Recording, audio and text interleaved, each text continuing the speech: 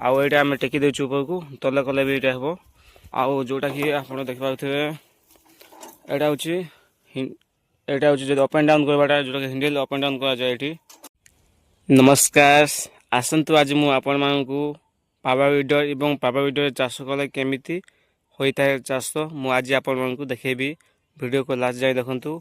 आउ एटा कंपनी देखि पाउथिबे जोटा कि 230 TF 230 आउ आपण देखि पाउथिबे जो मशीन टा साइज जोटा कि नंगल अछि 16टा नंगल अछि एटी आउ जहाँकि मझी यार चेन अच्छी आ दुई साइड प्लेट लगी आउ जोटा कि आगे गोटे चका देछि नवापाई सुविधा हम आउ ये आम टेकी देचु ऊपर को तले कले भी ये हम आउ दुई साइड भी जोटा कि चक अच्छे जो नवा टाइम नंगल खोलिकी चक लगे नि जाए आम ए चाष करवा टाइम जो चक खोल देचु